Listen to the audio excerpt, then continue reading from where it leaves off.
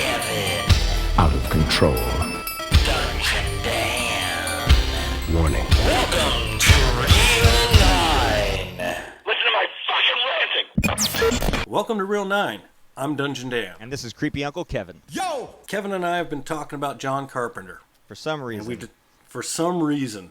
So, we discussed it and we decided that we're going to make a top 5 list. And he's going to write his top 5 over there in Texas. And I'm going to write my top 5 over here in California. And we're not going to tell each other what it is until the show. By the way, it's October over here, so we've been celebrating Halloween. And, of course, John Carpenter's film Halloween always gets mentioned because it's frickin' Halloween. Yeah, of course. So we decided to make this top 5, and it was interesting because I looked on YouTube, and by accident, because I was looking up John Carpenter trailers, because I was making this list, and a few of them I thought, like, am I right? This is one of my favorites? Maybe I'm wrong. And but, like, I saw this top 10 that somebody else did in 2014, and geez, man, like, first off, I don't like that they're, like, promoting every one of his movies, like, for sale. Like, it seems like a good commercial for him. But, like, man, my list on my top 5 are all in, like, their 10s. Except for really? A few of them, yeah. I mean, 3 of them are. Well, I looked up his filmography, and I was amazed that it was hard to come up with my top 5. Because there really are a lot of his films I like. I always thought there was more that I didn't, but I was wrong. Right. So I made my 5, and obviously they're going to be better than yours. Well, it's kind of, yeah, we'll see about that. maybe for the older audience, but we'll see. Hey, you're older than I am. Well, I just I just feel older. My body is, technically. But legally I'm not supposed to be. But, it's all right. We created the top 5. I'm going to stop from 5 to 1. There's some more stuff that we wanted to talk about Carpenter, but I guess we'll do it towards the end. Sure, anytime. Okay. So, what's your number 5, Dan? My number 5 is Prince of Darkness. There is a life form growing out of prebiotic fluid. It is not winding down into disorder. It is self-organizing into the shape of fear. The most evil force man has ever known is awakening. Master of terror and suspense, John Carpenter brings you Prince of Darkness. Prince of Darkness. Don't see it alone. Really? Yeah. Okay. Yeah. You want me to explain why? At least it's not on my top 5, so yeah. Cut the shit, Dan. Yeah, well, it's my number 5 pick because there were 4 others I liked better. I figured that. I'm just kidding. But I like Prince of Darkness. The first thing that captivated me about this, and by the way, I saw it on video when it came out for rental, but it was just the way they were putting the movie together with this really cool music. You'd see a scene, you'd get a couple sentences, the music kick in. You kind of got to see who's who and what's going on.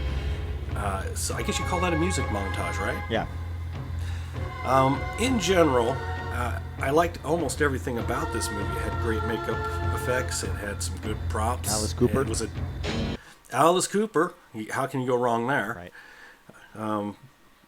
But in general, am I supposed to be giving a review on this or just talking about it? Just saying why, yeah. Yeah. I love the containment canister that Evil was living in. It looked brilliant. And even though I don't really care for the guy that made it, it was a good job. And it had some actors, a lot of big name actors. Some of them you've seen in other Carpenter films. I don't remember the Asian guy, the older Asian guy, but he was Fu. I think his name was Fu in Big Trouble. Oh yeah, he's Little from Big China. Trouble. That guy, he's cool. Oh, his name was Egg. Egg, what a name. That guy's all over on horror sites on Facebook. He's really nice to people. It's strange. I've heard that. I've never got to meet him. And Prince of Darkness was also written by Carpenter. And it's funny because it's written under a fake name. It says written by Martin Quatermass. What the fuck? Okay, 2 things. Why would you not put your name on it since it's already a big name? And why would you choose the last name Quatermass? Yeah, Martin Quatermass. And this is after, 78. This is a decade. Wait, how long ago is this? It's over a decade since, about a decade since he made Halloween. So it's already been like John Carpenter's Halloween. I mean, the movie's called John Carpenter's Prince of Darkness. You might as well be like, yeah that's because I wrote it and directed it, motherfuckers. But he wants to put Quatermass. And then he does the same thing with the movie They Live, but he wrote it under Frank Armitage, like Armitag. What? That's bizarre. And it's all John Carpenter's They Live, but he doesn't put his name on it. I'm going to find out. If you got the answers, email me or something. Yeah, get a hold of us and let us know why. Also, written some music for some of his movies. I think Prince of Darkness was one of them. Although it's like with him, he just writes one song and then he plays it at different speeds or different parts throughout the whole movie. So you don't really get a lot of music in there. Yeah, I think he but just did the sometimes theme that for works. I think he just did the theme for that one. And he really didn't do that much music on many of his movies. All right, yeah, for my number 5, I actually picked, and I feel bad about this kind of, or some horror fans are really going to be pissed off at me, but my number 5 is Halloween, which That's a good one. I assume would be probably like a number 1 and number 2 on your list, Dan. But Yeah, believe it or not, did not make the list. really? Yeah, and I love the movie, but there were other ones I liked better, so I could only pick 5. Now we're learning a little bit about you and me. Purely and simply evil.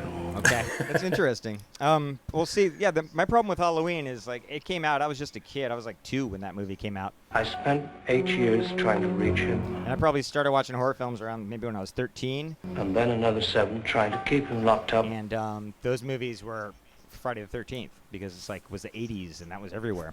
So I saw Halloween after seeing a few of the Friday the 13th movies and like even like in Elm Street. And then when I saw Halloween, which everyone was raving about, I just didn't see why it was so scary, and like it wasn't gory. When I was young, I was looking for gore. And however, I admire the movie. I think the story's good. The killer, basically the revenge plot that he's going at, the simple mask is cool, and you know just the fact that he's like this spirit and entity that wants to kill off his family is awesome. Was he actually supposed to be a spirit or entity? I thought he was just so crazy he can't be killed. Yeah, but that's what like Carpenter tries to, like it's a force of evil out there that's just lurking kind of. But I'm just like, well, you're just trying to make sequels. Probably. You know, that's interesting too, talking about sequels, because Carpenter co-wrote the screenplay for part 2 but didn't direct it. Yeah, I found that kind of odd, but I'll tell you what, Halloween 1 and 2, I loved them both. Yeah. And even though a lot of people liked the third one, I think it threw me off because it just wasn't, it was its own story. You know, And I think Carpenter wrote that one, didn't he? he was like executive producer, and I think that means nothing for him. Well, maybe, and sometimes it does. I kind of have a beef with him, though. He was like, he was an executive producer on what fucking movie? It was for the remake of The Fog. He was a producer. Oh, God. Bullshit. That He was just movie. getting money, man. When asked what he did as a producer for The Fog, he said, I just basically showed up and said hello, and then I left and went home. And I was just like, oh, what the fuck you, man? Like, Jeez. I want a job like that. I mean, yeah, but he's cashing in. He's all really bitter because he didn't make a lot of money off of Halloween. Because, of course, everyone in their first few movies, they signed the fucking wrong contract. Exactly. And so it's just like, well. He was also, interesting about Halloween, he was going to direct H2O, the movie made 20 years after the original Halloween, and Jamie Lee Curtis is signed in to do it after she read the screenplay. And it got good reviews, too, but she asked John Carpenter to come back on board to shoot it. And he said, absolutely, Jamie. And then he went and talked to the producer and said, I demand $10 million for my director's fee. And, and the producer who worked on Halloween, he was also like, that's because I never made money on Halloween. And he was like, I'm not going to pay you $10 million. And he was like, oh, sorry, get out of here. And he got Steve Miner to direct it. Why do I know that name?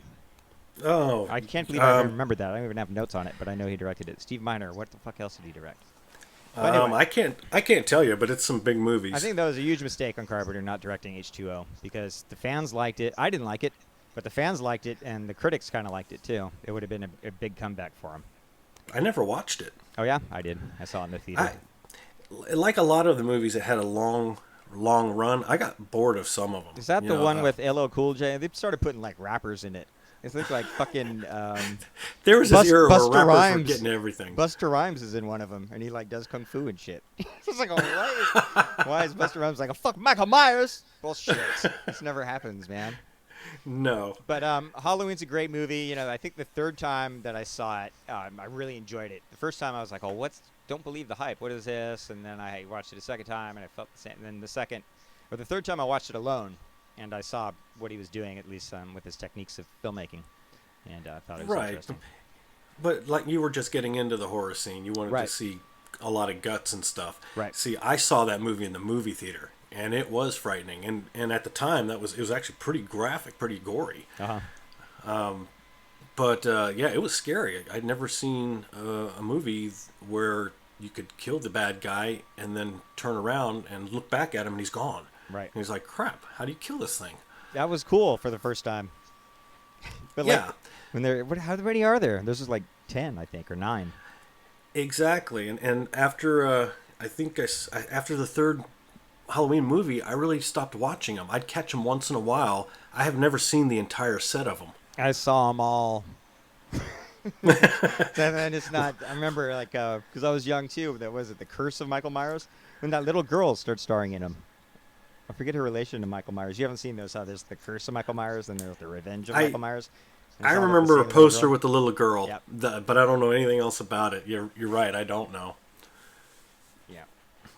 Doesn't mean I don't know what I'm talking about. That little girl's in a bunch of horror films now too. She's trying to be a scream queen after that. Now that she's an adult and has boobs and stuff. It's like, oh, but she has it, man. From 2 Halloween movies, horror fans will say, "Yeah, do it. Show your boobs." All right, Dan, what'd you get for number 4? Enough about Halloween. I'm never mind. I'm not going to go on that other thing. My number 4 is In the Mouth of Madness. All right. This one will drive you absolutely mad. I'm a huge fan of Sam Neill, and this movie had enough twists, turns, and mind-boggleness that it kept my attention the entire time. And that one is on my number 3, so we'll go ahead and talk about it now. That was for number 3 for me. And I actually rewatched it because I was reading a little bit of this before I was doing this thing, and I heard that it got really bad reviews, and I hadn't seen it in a long time, so I checked it out online, streaming, and it holds up. I realized why I liked it, and I think it's because I was a huge fan of like Amazing Stories. Oh yeah, I remember that show. This film kind of had like that vibe of just like, oh wow, there's this book, and you can take apart the cover and cut it up, and it's puzzle pieces. It shows you like a map See this? It's a map. to the town where it's like his town, looked like the Stephen King world Can forget about Stephen King. Kane outsells them all. in live Yeah. action, and or is it? And then it gets all trippy. It's a setup. I just have to work out how it's set up. Yeah, you just don't know what's real or what's not, and it's kind of corny, and it kind of has like this shot for TV feel, you know. Yeah, but Yeah. at the same time, it just had this depth of a film.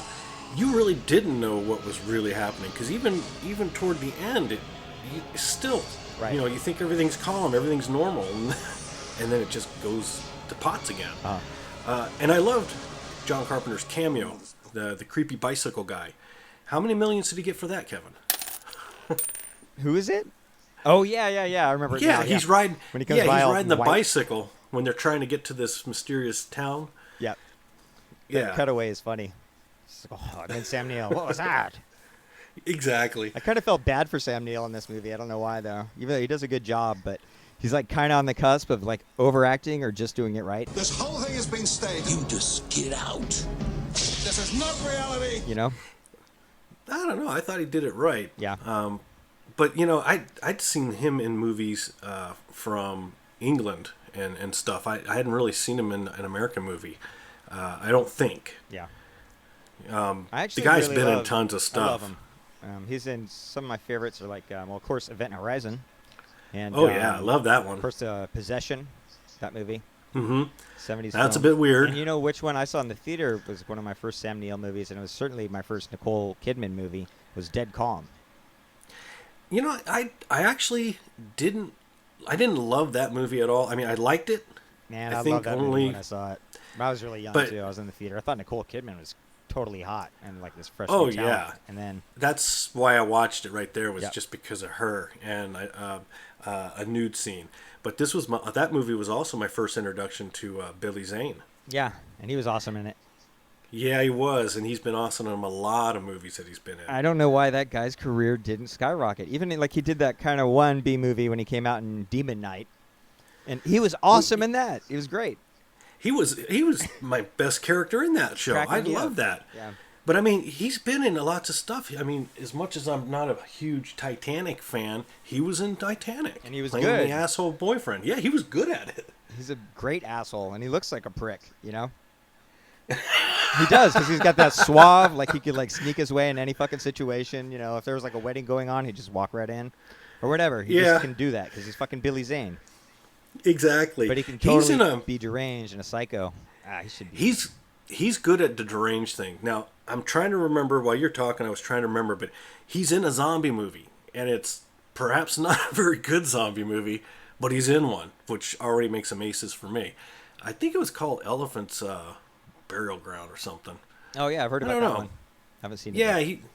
he was kind of, he wasn't really the main guy, but he was kind of, for his little group, he was always the one barking orders. I know what happened to his career, dude. He made that fucking movie Phantom. Remember that? Oh, He's yeah, like that dressed was in bad. like a light purple leotards, punching people in the face, acting like it's around in the 50s or something. Superhero from the 50s. For more on Billy Zane, no. Yeah. So that's your number Okay. 4. But yeah, the map thing Yeah. was really cool, and again, a lot of use of practical effects and makeup. Yeah, it was well done. Yeah. It was well done. So we know that's your number 3. So my Should we- number 4 is probably up there on yours, but number 4 Yeah. is Big Trouble in Little China. There is a hidden world where ancient evil weaves a modern mystery. What's going on here? Is this some kind of Magic. The darkest magic. Oh God, that and Halloween I wanted on my list so bad because I love that movie, but it's not on my list. Oh wow. They told him to go to hell. Halloween I and know. Big Trouble are not on your list. Well, I know one that's on your list. Anyway, back to my Yeah, you list. know. Back to the right list. Do I make myself clear? Yeah, of course, Big Trouble in Little China is just such a fun movie. I've seen it a bunch of times. It's not a horror film, obviously, and I think you guys all know what it is. They're still trying to remake it, which is a stupid idea. I don't think they should do that. They should. This is one of those movies you don't touch. Yeah, and again, like the effects in this one are really awesome. It looks like Screaming Mad George kind of stuff, even though it's not him. I don't know who did the effects. But I don't off the top of my head, but I tell you what, they were well done. Right. Every aspect. Remember that crazy floating head that comes by and has all those eyeballs? And it's Yeah, spying I on do. him? That was rad. And all right, enough of that about that movie. You guys know it, and that's my number 4. Jack Burton's coming to rescue your summer. Hey, what more can a guy ask for? 20th Century Fox presents Kurt Russell in John Carpenter's Big Trouble in Little China. It's all in the reflexes. So what's your number 3, Dan? My number 3, I went with vampires. Have you ever seen a vampire? Really, number 3, I thought it was going to be number 1 for you. No, I mean, I watch vampires pretty often, to be honest with you. And what I like about it is I like the dark comedy part of it. I am a big fan of James Woods. I am too. Usually he's a bad guy or the guy you don't like, but in this one, he's got all the best one-liners. I mean, you know, he's tied to a cross in a scene and he's about to be bled from the evil Valak vampire. Uh-huh. And what does he do? He looks down and says, "Hey, Valak, after 400 years, how's it hanging?" I mean, that's great shit. You never told me they could do that. I didn't know they could do that.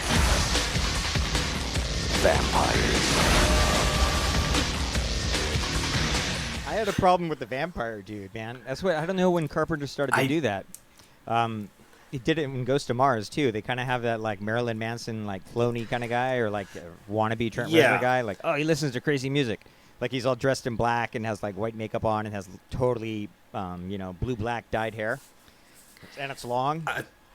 I did not like the vampire they had in it. Yep. I liked all the vampires he made. They were better. I think at the time when they were doing that too, I had actually long dyed black hair, and I was just like, "What are you guys putting? Why does a vampire look like that?"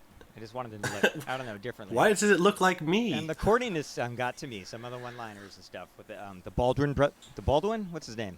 He's a Baldwin brother. that's in it. That one, that was it. Let me He's think. the other one, the one that kind of looks like Alec, the one that looks more like Alec than the other guy. There's Yeah, and I Steven can't think of his Michael. name. I bet it's Michael Baldwin, or something. No, Michael Baldwin is from Phantasm. Anyway, yeah, the corniness kind of got to me, and I don't know. I guess I should rewatch it, but it didn't work. And There are areas that don't I work. do love in it, James but- Wood. Have you ever seen a movie called Another Day in Paradise? No. That's great. James Wood plays this crazy thief, heroin dealer kind of guy, and his wife is Melanie Griffith, and it's directed by the guy who did Kids, Larry Clark, and they're teaching kids how to rob and shoot heroin, and people die, and it's really just dramatic, and you get to see James Wood murder people and high on heroin and speed, and doing great dialogue. Oh, wow. I'm just saying, if you want to see a really good James Woods performance, you got to see that. That's what I think of when I want to see James Wood go crazy. Yeah, I just wrote that title down. I'm gonna have to check that Yeah, out. cool. I got it. It's probably on the site that we can't mention on the podcast. You guys know. We all have email. You can contact us, and I'll tell you where to find it. There you go. So anyway, so that's... I'm sorry, where were we? Who went to sleep? You're on number... Oh, still we were going on doing... vampires, yeah. Yeah, we were James talking about Wood. vampires. And they made like a sequel to that, too. With, The sequel was not good. who's it? Bon Jovi's in it.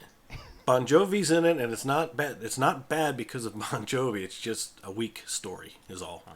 And it wasn't nearly as entertaining as, watching James Wood make dick jokes Cool. to the priest.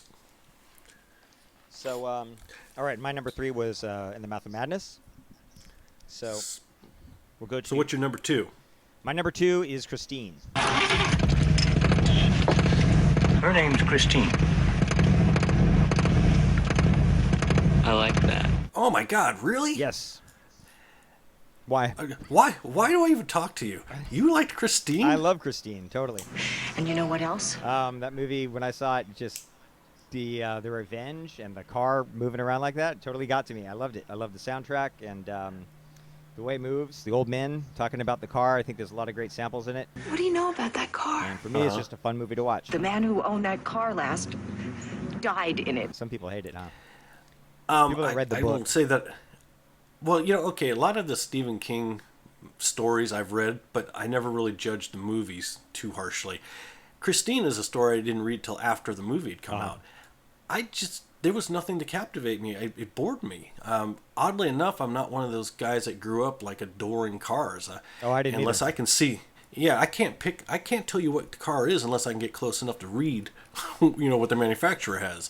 So I'm just not into cars. So to me, that was okay. It's a possessed car. It's certainly not the worst thing that could be possessed. I swear it's the car. But it just bored me. I was just like, forget it. I totally loved it. This car that can rebuild itself and seek revenge. How'd you ever get that car fixed up like that? Okay, I'll give you this. And I love the The music rebuilding when the girl it. gets stuck in the car, and then they shut the door, and it just starts blasting. You keep on knocking, but they can't come in, and the guy's trying to get her out. And it's just like, oh, whoa, these are great. But then again, you like fog. Or you like you were scared of clouds, and I was like, oh, the car. Okay, that was a good one. Nice jab. But like, yeah. I do like the fact that Christine could and rebuild you know what? Like itself. the guy, the kid who gets the car, I think he did a great performance in it too. All the actors I thought were great. It's just one of those movies. When did this come out? In '83. So I wasn't even driving when I saw this movie, and yeah, it holds up for me. All right. All Well, right, you're number I like 2. that it could rebuild, and I like that because I like the house on Burnt Offerings that could rebuild itself. Oh, Remember I that? forget that. I forgot that movie. It's not John Carpenter, so we won't talk about Yeah. it. All right. Go. My number 2 is The Thing. Really? All right. I That's like my number I 1. like Kurt Russell. Yeah. That's my number 1. So all right. So what's your number 1 then? The Fog. The Fog. The original. See? The Fog. That's not even on my top 5. Okay, but listen, I was a teenager when it hit the theater. Me and my Okay, buddies see, went to the same theater thing, and watched man. it. Yeah. Huh? See, same thing. What year is that though? That was 82. 82, I didn't see think. that in the theater. Yeah, The Thing. No. The Thing is the bomb. That's my number 1. And geez, to even talk about it is kind of crazy. You have to just go see it. You have to see the remake of The Thing. I think it's one of the best movies of horror ever. One of the best sci-fi films ever. 12 men have just discovered something. Just the paranoia between the people that are in there is well examined. And then the gore effects are insane by Rob Bottin. I've never seen anything like that, Bottin. especially at the time. And I don't think anyone can beat it. That's where it's at, No. special effects artists. Like, they would just do that all CG. Well, they did, because they did the prequel of The Thing. prequel was all CG, and it wasn't done bad. I actually liked that movie. Yeah. But the John Carpenter's The Thing, that was the peak of makeup effects stuff. I mean, it was brilliantly done. Right. You guys gonna listen to Gary? He can beat one of those things. You had a great cast. They really did a good job on that. The whole I'm closed in, I can't trust anybody but myself. That tension was killing me. When the creature would pop up and start killing people, that was my release. Because I'm so tense about, oh hell, which one of these guys is it? You don't know.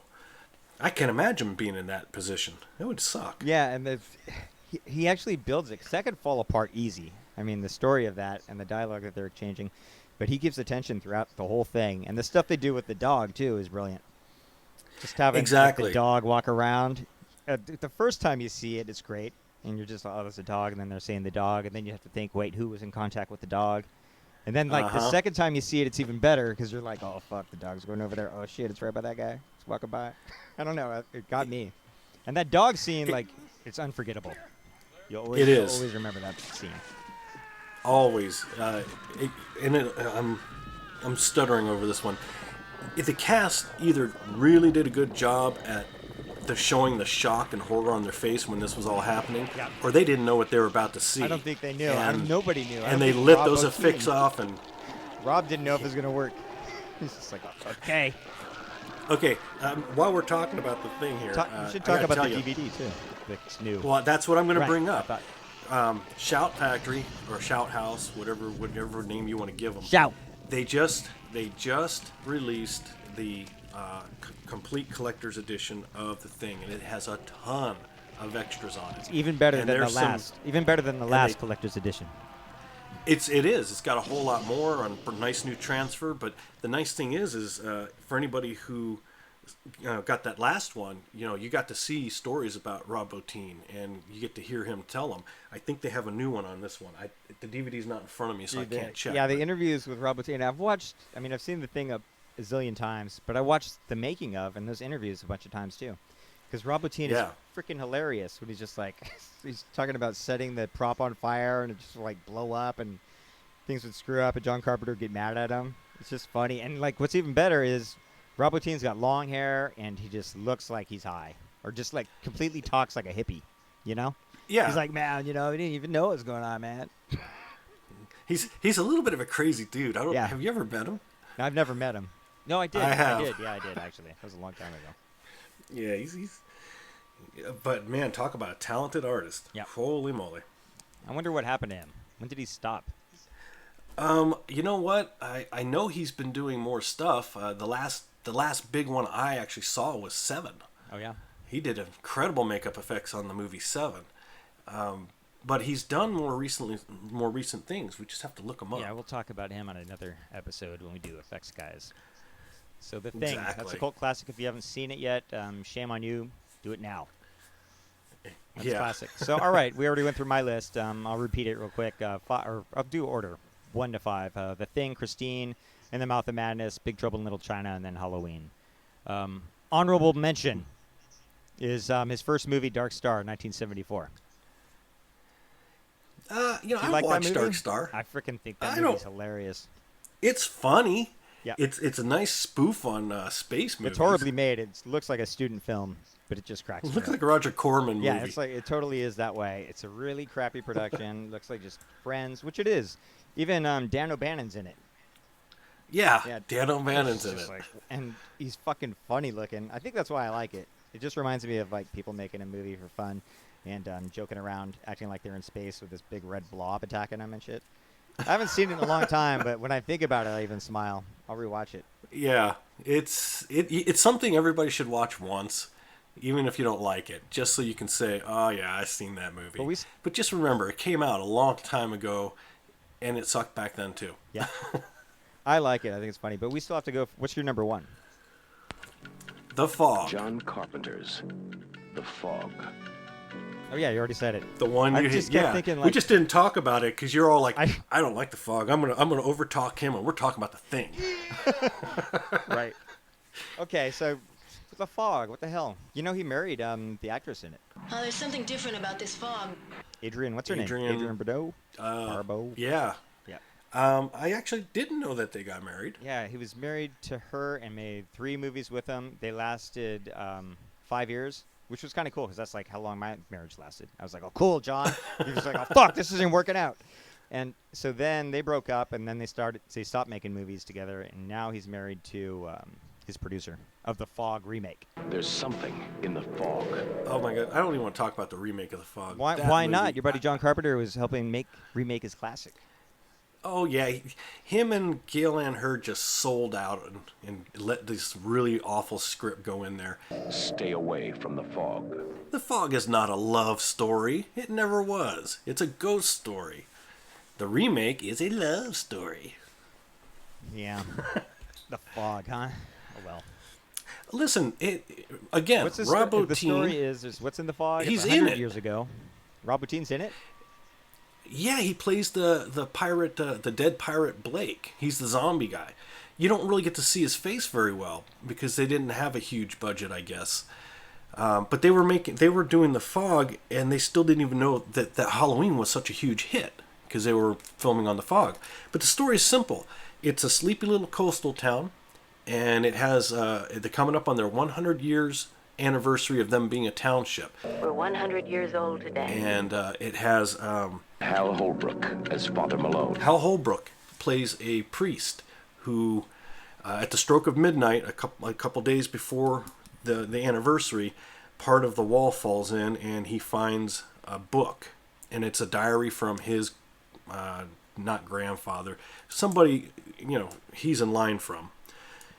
And it's simply telling him how they got the money to start the town. And what they did is they stole the money from a group of lepers. And when they were supposed to land their ship, they bought land from the community to have a leper colony, but it was like 2 miles away. They took his gold, and then they put a false fire, and they wrecked his ship, and everybody drowned and died. So now the leper pirate / zombies are coming back for revenge at the 100-year mark. I wish they would have explored the leper part more.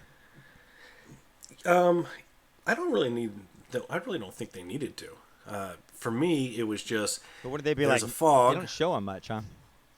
No, you don't. You get only slight glimpses. Most of the time you see them, they're just silhouetted because they're in this fog, and there's always like this light behind them. Yeah, that's what I remember. I've seen the movie, but. Yeah, you get to see a couple of them when they've got the Adrian, however you say her last name, trapped up on the roof of the lighthouse. You get to see Rob Bottin, a little bit of his face when he grabs the gold cross from Hal Holbrook. But it's just one of those movies. It was a simple ghost story. It wasn't meant to be like terrifying. But again, I was a teenager. Me and my buddies went to the theater, and at this time, horror movies weren't like they are today. This is the same conversation we have about The Exorcist. Right. I was a kid when that came out. I saw it as a preteen, and it scared the piss out of me. People were passing out in the theaters. It was so scary. Now it's a midday TV program that anybody can watch because there's nothing really there. But at the time, nobody had ever done this or on that subject. All they got is so that. It scared the hell out of us. Let Jesus fuck me or something like that. Fuck me, Jesus. Yeah. They cut that out. All they have to do is cut that out, and that's it. I mean, because you never really see the cross going where it's going. But you do in your mind. Well, you know what I love about The Thing is seeing Wilford Brimley as the doctor, Blair. You just jumped. You just jumped talking off about of all the the fog cast again. in the fucking fog, man. I'm just saying, like, you got Hal Holbrook over here on my corner. I got Wilford Brimley, the guy who does the fucking oatmeal commercials. And like he's from what is that show? This Old House. Isn't he? Was he? No, I don't. Wilford no, Brimley? he's not from that. I know he was like in. God, he's been in a lot of Western movies. God, he's been in a lot. I have to look him up. He was the oatmeal guy, though. Didn't he do the oatmeal commercials? Yeah. And then it's great because he's doing this autopsy on The Thing. And it's like, wow, this would be the greatest oatmeal commercial. Then also in my corner, we got TK Carter. Played Giles? And it's really, no. Nowles? Nah, all I know is he was on a roller skates. That's Keith David. I also want to talk about the ethnic diversity in the casting in this movie. We got two African Americans, something you don't see in The Fog. Here we have two powerful African Americans in this film, and we also have an age difference. We got Wilford Brimley's older, Kurt Russell's the younger guy, and he likes to drink. Anyway. Hey, listen, The Fog didn't have that diversity because everybody knows only the white man the devil. You like The Fog over The Thing. The Fog. I had to put them in some kind of an order. Damn, Dan. And there's been times where I put that DVD in, and it's like in the player for a month, and I just keep rewatching it. Where's The Fog now? Well, it should be right outside my door now. All right. Anyway, so also, nobody's lives perfect. Other stuff we should mention, like I feel we didn't even give Escape from New York or like Assault from Precinct 13. We're totally not acknowledging his action films. But Escape from New York Well, doesn't make the list really for me. And then of course there's They Live, man. I'm surprised neither one of us picked that. They Live is not on my don't like Carpenter movie list. Right. It's on my, okay, if it's on TV, I'll watch it. I don't even own a copy of it. I didn't really like it that much. Yeah, you know what? I think the script is better than the movie. And I think so he too. Did write it. Although, if there's anything that they could remake of his movies, fuck all that other stuff. That would be remake it. They Live, especially with everything that's going on now. It'd be great with cell phones you could have and everything. Some sort. I don't know. You could just bring it up to date. Yeah. Plus, what But destroys the movie is, Roddy Piper. Why, dude? Because he was the popular wrestler at the time, and it seems like they go through stages. All of a sudden, you see all these wrestlers in movies, especially action movies. Then all of a sudden, you got rap stars in them, and then all of a sudden, you got the little pop girls in them. It's just weird how they they go through this. Hey, while we're talking about Carpenter, why don't we just get this one? Let's talk about the white elephant in the room. Let's name the worst John Carpenter movie. And I'll even go first. Oh, I don't know what that is. Oh, Village of the Damned. Oh, Village of the Damned is awful. That was the worst John Carpenter movie I've seen. It was. I still can't fathom why it ever got made. I saw that in the theater. Thank God I didn't. Yeah. That movie sucked. Was that and that was like Christopher Reeve's last movie or something. What a way to go out. Fuck. I know, but it just wasn't. It wasn't even a good story. There's just nothing redeeming about it. And then what would be your most hated Carpenter film other than The Fog? I didn't like I didn't know The Ward. How about that? I can't make it even through The Ward. I haven't watched it all. I can't. You're right about bored me. Village of the Damned. I don't know. I think a lot of his movies are awful. Well, they are, but a lot of them have a redeeming quality. You brought up Ghost of Mars. Ghost of Mars is up there. That's one of the worst. It's actually I can't stand it. It's actually a pretty decent movie. There's certain aspects of it I just can't stand watching anymore. No, man. And it's the whole movie. I feel like it's in a fucking location stage. You know what I mean? And you can see that the sets are built, and it's the girl from Species and Ice Cube are trying to act like they're in trouble, and it just looks like they're acting. And I just can't picture Ice Cube in this situation battling Marilyn Manson's opening act. You know what I mean? Well, that's one of the things that bugs me is the bad guy. He's like a Marilyn Manson dude, and he doesn't change his battle cry ever. All he ever goes is, and it's exactly the same throughout the whole movie. I swear, that's what made me sick of it. I just got so tired of that. I agree with you. This was all in a studio. It was obvious. It looked acted, and then Ice Cube's trying to freaking melt, coolest draw from these scenes where he's holding a gun and milk him. He's like, come on. Well, this is when they're trying to make him a badass, and I gotta admit, there's a couple scenes in there that cracked me up, like when they're trying to put together their little bombs, and the dude that's getting high chops his fingers off, and Ice-T just looks and laughs. That was funny. Yeah. But that's about it. There's not a whole lot in there. Again, this is a movie, if I'm really bored and have nothing to do, I'll watch it when it's on Sci-Fi Channel. If it was just like a straight-up B movie without the names and the hype trying to make it like John Carpenter starring Ice Cube in a futuristic action film against vampires, like if that was a direct-to-video movie without John Carpenter or Ice Cube involved, it'd be a lot better, I think. Yeah, because I agree. And they just would, embrace the corniness of what's flawing the film. Yeah, I will say they had a really cool train, or what appeared to be a train. I'm sure there's just guys pushing it across this little tracks to, make it look like it was running. Yeah. So Ghost of Mars never hit my list and at all. So I think that was his last movie. The Ward was in 2010. Here, just to wrap it up, I know that currently he's been discussing his interest in making. Have you ever played that video game? It's called Dead Space. I have not played it. Yeah, they're up to part 3, and I've played it, and I'm not too. Is it any fun? Yeah, it's pretty rad. There's also an animated movie about it, and it's pretty cool too. I've seen that. Well, yeah, but Carpenter's very interested in making that into a live-action movie. But he's getting really old, and it's been 6 years since his last movie. And but he said that, and he's been working on another movie. I don't know the name right now because I'm not don't have many notes. But it's like Cryptor Child or something like that.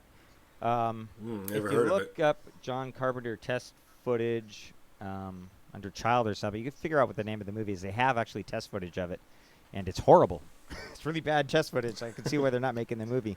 But it's like this girl who has, probably problems in high school. I totally don't know, guys, so don't get mad at me. But like, and she's all pale, and she turns into a goblin or some sort of demon. Wings come out, and that's it. But they were doing a test footage of the effects, and it looked pretty corny. And really, it sounds kind of corny. It's based on a comic book, and I looked at some of the images of that, and I thought it looked pretty corny too, and almost a little too ambitious for John Carpenter to try and make, in my opinion. Just like Dead Space would be very ambitious. Sabiel on a spaceship, crazy aliens attacking, and I don't know how that wouldn't be difficult. Yep. Yeah, you saw the cartoon. That'd be a huge budget movie. Yeah. Yeah, and you'd have to have somebody who really knew what they were doing. Right. J.J. Abrams, or somebody like that, If he can bring Star Trek back to life, and he could do Dead Space. John Carpenter will just sit there in that little cotton outfit he likes to wear and sit on set. So what's your take on Carpenter? I mean, I know he went to USC, and he was a film student, and he made some shorts that I haven't seen, but I know they're kind of sci-fi shorts. And then he made, do you think he's like this crazy hippie guy? Because he's got the long hair always, and he used to be smoked a lot. It's hard to read. Yeah. He's hard to read. I've never got to meet him or even be in the same room to listen to him talk. I can't trust what he's like when he does interviews because he does them all the time. Plus, like anybody, if he's having a bad day, he's going to come across as a dick. But from what I've seen in interviews, I mean, it seems like he has the vision, just not always what it takes to get it to come across properly.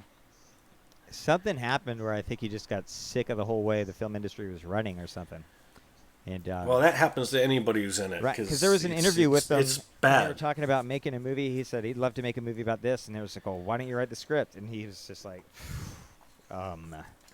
writing a script takes a lot of time and a lot of devotion. It was just like, oh, shit, he's getting lazy. But, he wrote a bunch of them. He wrote Ghost of Mars, but he hasn't written anything since 2001. So maybe he's he's got his big hits and he's made his money. Maybe he just doesn't really want to play the game anymore. Right. It's hard to say. I can't get a read on that guy or what he's about. And he seems like he's kind of an asshole.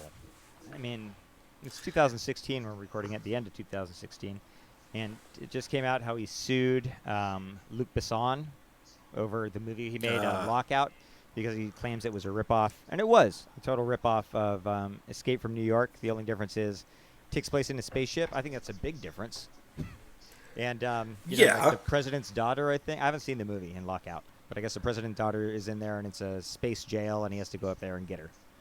But you know what? That movie was a fucking totally expensive movie. It was like maybe $100 million movie, and I know it didn't make its budget back. It was a huge flop. Nobody's heard of it. And then he went and sued him for more money than the film even made. Oh, man. And no, he sued him twice because Luc Besson won. There was no, it didn't rip him off. And then he appealed it, and he charged him, I think, more than whatever it was, and got some millions back. I don't know. I didn't have all the details, but he screwed Luc Besson big time. And if you really want to say that, like, come on, John Carpenter. I think some of your movies could be considered the same. Doing a remake of The Thing or...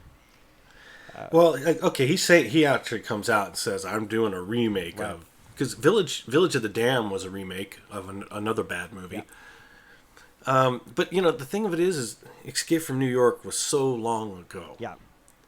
And there are hardly any real original stories. Everything is just a spin-off of somebody else's thing. But, I mean... There's so many of those kind of stories where you have to rescue the president's daughter or rescue the president in some weird, bizarre situation. Yeah. So maybe this guy is splitting hairs saying, oh, well, in Escape to New York, it was the president that needed to be saved. In my movie, it's the daughter. Right. I mean, that it is splitting hairs. Let's just be honest. The guy he did rip it off, but Carpenter shouldn't have gone after him for anything. He should just make publicly goes, dude, you couldn't even steal my movie well. You don't know what you're doing. Yeah. He could have done something like that, far more damaging than making the guy go bankrupt. And then he went and lining your pocket with more money. And then he was talking shit on Rob Zombie about the Halloween remakes, and he's. Oh, I didn't hear about that. Yeah, gosh, I wish I had the actual quote, but he was just like, "Oh, I don't know." He said something about that he talked to Rob, and he said that he wanted to. Rob actually wanted to know if he wanted to get involved with the remake of Halloween, or if he had anything to say about it. And John Carpenter said, "No, I don't. It's your film now. Do whatever you want." And so Rob then, I guess, later said in a commentary that John Carpenter was kind of cold to him. And then John Carpenter's, I don't know why that little fucker lied to me, that little shit. He went on and made this movie that I can't even sit through and watch. And when I'm watching it, I can't take my mind off of what an asshole Rob Zombie is. And I was just like, oh, what? And so, like, Rob Zombie had to reply. And he's just, like, bringing this up. It's been a decade probably since, Halloween came out, the remake? Yeah, Rob it's Zombie, been a long time. Did an actually pretty good job for it. I mean, even though some of the fans hate it, that's a damn good movie. For a Halloween remake? I don't care what the fans say. I love Rob Zombie's Halloween 1 and 2. I thought that was outstanding. He did a great job. It took the gore level super high. I had a problem with part 1 towards the end, just because there's too much blue lighting and the girl that just keeps going through the inside of the walls. I'm getting sick of people hiding inside of walls, dude, because I've never fucking lived in a place where I could, walk through the wall. Never. They're just like every house in horror films, you can walk through walls. They got these little secret places. They got double walls. How does that happen? They got these double walls that have enough room to walk around. I couldn't walk through any of my walls, even if I was a little tiny thin dude. There's not enough room, and there's boards in the way. Right. There's all these spaces. I just watched that happens in the movie The Boy too. There's just the whole fucking place has walkways through the walls. You're like, okay, whatever. Now I know there are houses built that way. I would love a house built that way. Yeah, all these secret little places you can go if you just know how to get in. Yeah, those houses are called film sets, Dan. Yeah, they're also called serial killer houses. Yep. Hey, come stay at my place. You're safe. Don't worry. Lock your door. And come in through the chimney or something. Well, I didn't know that Carpenter was being such a dick about the remakes. Maybe Carpenter's just nuts. Maybe he's always been nuts and nobody really cared until he stopped doing good movies. Yeah. I don't know. He's having fun recording stuff with his kid now. Doing that CD. It's called Lost Themes. He did Lost Themes 1 and 2. And interesting, too, I read... See, and I don't have the facts in front of me, but he started a band before he started making music. And I know in the band was Nick Castle and Tommy Lee Wallace. And they're both Nick Castle. Really? All right, so Nick Castle plays Michael Myers. He's the Shape. Yep. And he went on to direct a few other movies. And then Tommy Lee Wallace directed, I know he did Fright Night 2. And I think he did one of the Halloween films. I believe he did the first one. No, one of the Halloween movies. Tommy Lee Wallace directed one of the Halloween films. Oh, okay, I gotcha. You know, you'll see his name in just about any Carpenter film, especially the early ones. I just can't remember what he's listed for. I know on The Fog he's listed. You see that name everywhere. Yes, that's interesting. I mean, I wish their music was around. I'd love to hear the director's band. Yeah, like listen to Argento's band. Must be really bad. They're like, oh fuck this. We're better off making a movie. How is making a movie ever easier than making an album? I think making an album would be easier than making a movie. All right, well, I think that wraps up our John Carpenter's discussion. Go watch The Thing. Tune in for The Fog. Gotta go watch The Fog. That about wraps up our conversation for today. Now let's put this conversation to John Carpenter to rest. And what? I think, you know what? Last statements, though. Him and Wes Craven are like one of our best American filmmakers, which is kind of sad compared to some of the other countries. But I think they both rank together. What do you think, Wes Craven or John Carpenter? Ooh, that's a tough one. They're equal, huh? They probably still have the five. They both created iconic characters that are still having movies made today. You know what? More on that topic later. Oh, man, for real? Motherfucker! It's the end. So long, farewell, It's goodbye, goodbye, goodbye, goodbye, goodbye.